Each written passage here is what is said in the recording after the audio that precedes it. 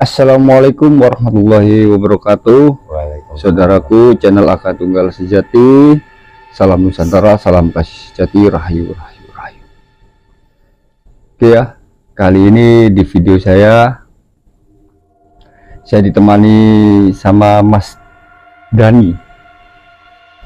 Beliau warga asli Blitar, Jawa Timur ya.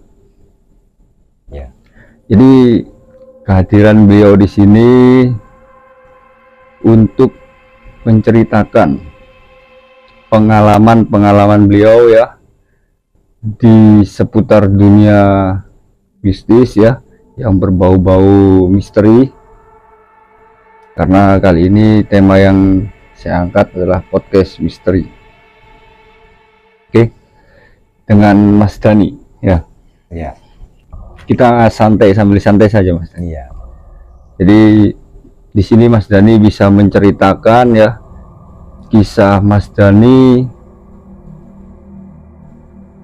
yang pernah mengalami ya kejadian-kejadian misteri itu seperti apa.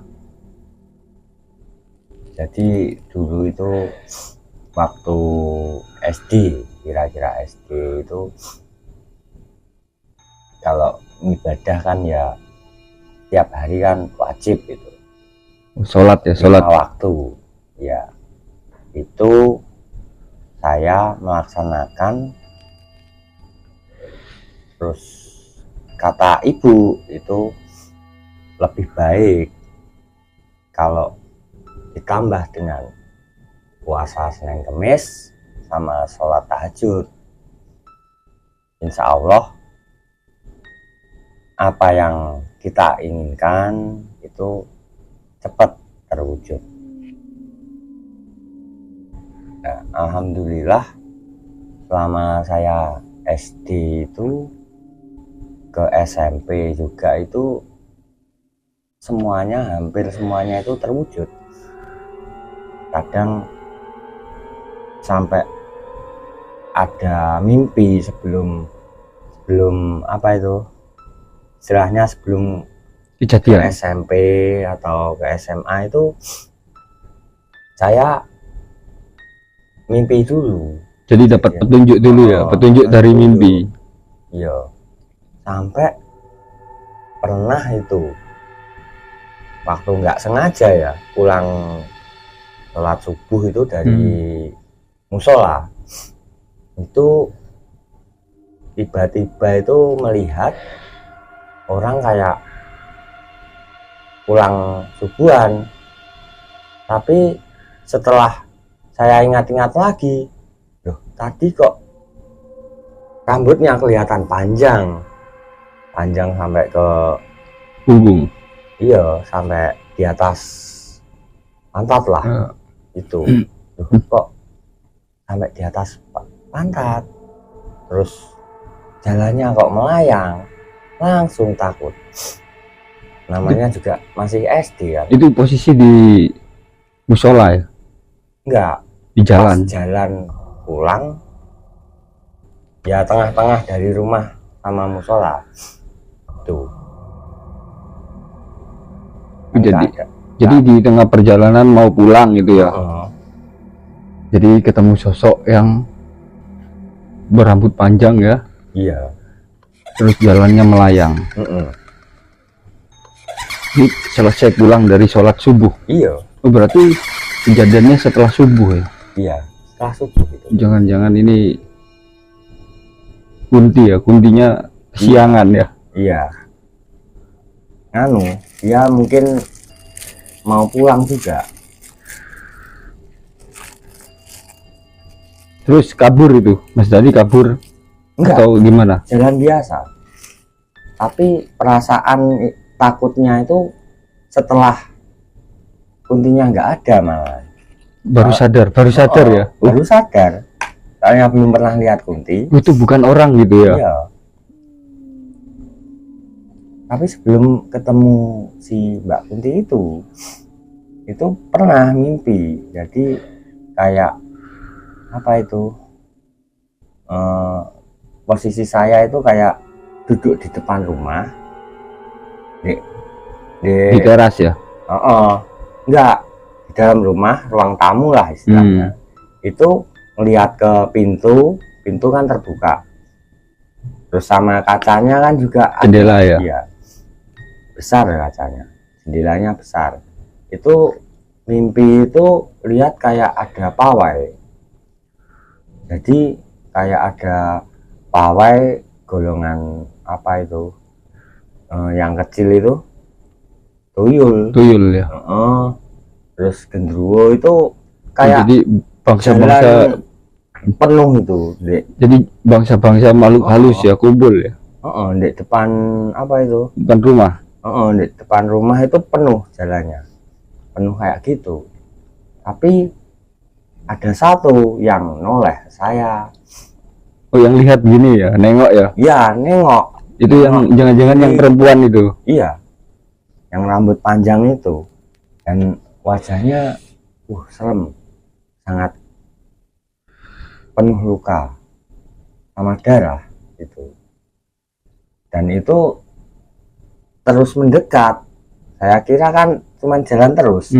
Ternyata malah belok mendekat. Mampir lah ya. Iya, ya cuma kunti itu sampai depan pintu, sampai masuk. Ternyata saya nggak bisa berteriak sama sekali. Jadi kayak kekunci ya mulutnya. Bergerak itu nggak bisa.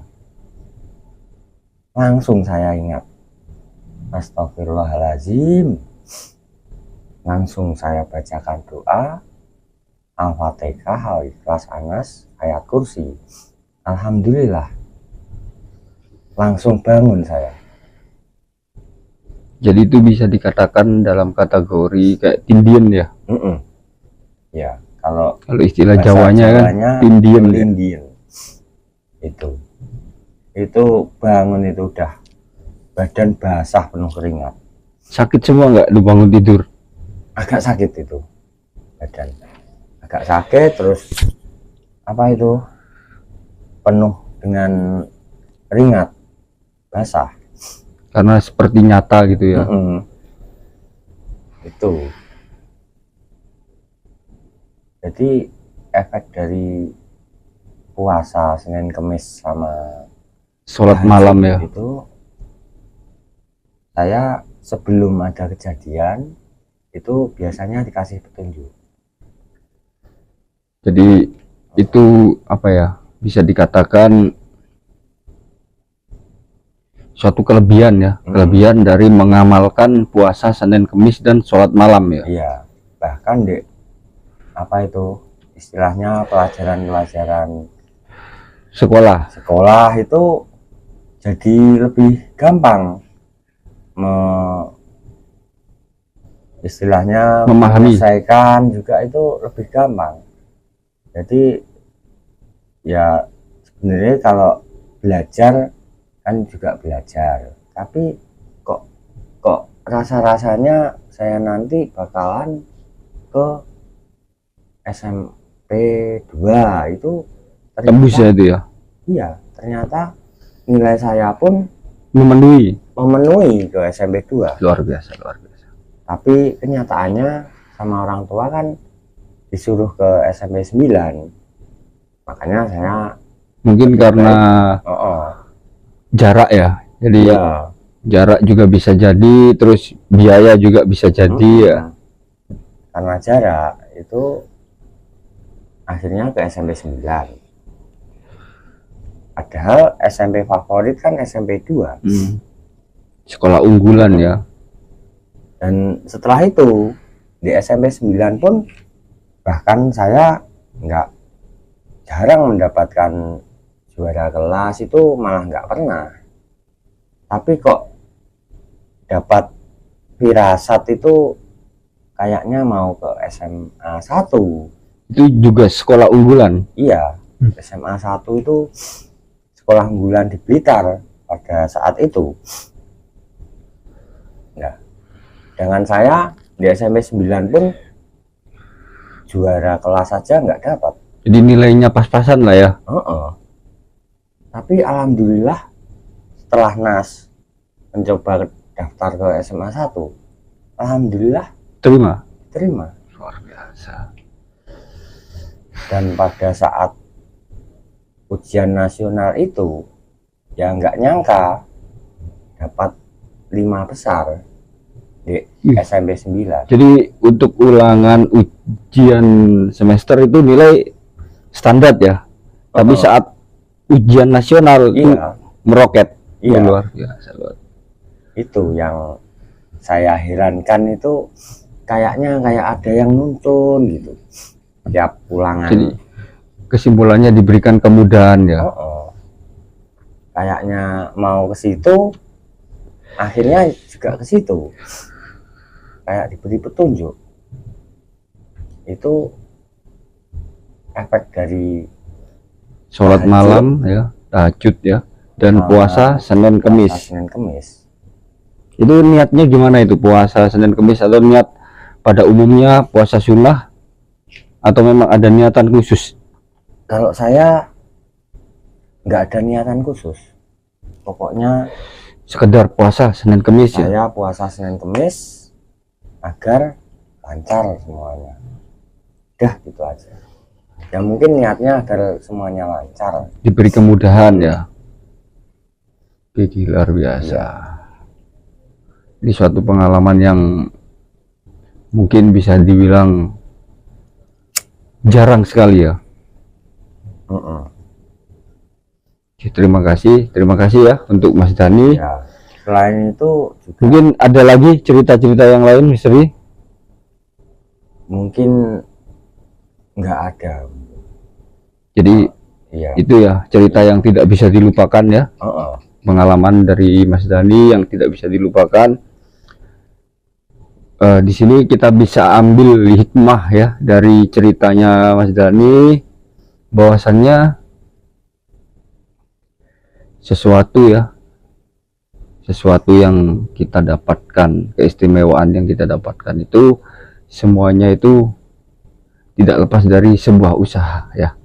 Jadi untuk orang tua yang punya anak ya, mungkin di sini bisa kita ambil sisi baiknya, bahwasannya alangkah baiknya kita mengajarkan puasa sunnah Senin Kamis dan sholat malam ya, tahajud buat anak-anak kita ya, biar diberikan suatu kemudahan dalam belajar. Oke, luar biasa ya. Terima kasih buat Mas Dhani untuk pengalamannya yang luar biasa malam ini. Oke, untuk saudaraku subscriber channel AK Tunggal Sejati ya, tetap jangan lupa support ya. Yang belum subscribe, bantu subscribe, like, share, dan komen ya. Oke, kita akhiri dulu perbincangan kita dengan Mas Dhani ya. Mungkin untuk ada cerita yang lain bisa kita sambung lain waktu. Oke, salam Nusantara, salam kasih sejati, rahayu, rahayu, rahayu, dan wassalam.